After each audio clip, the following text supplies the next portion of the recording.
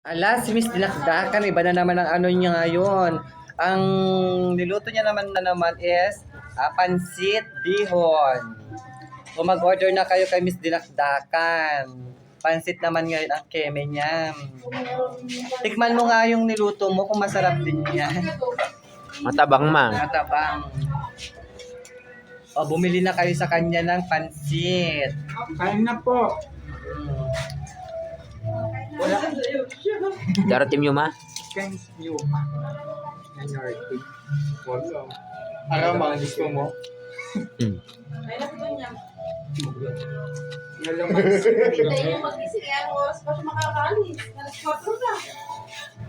Ayan, dami-dami yung customer. Oh, ayan. Oh. 10 pesos lang po sa order.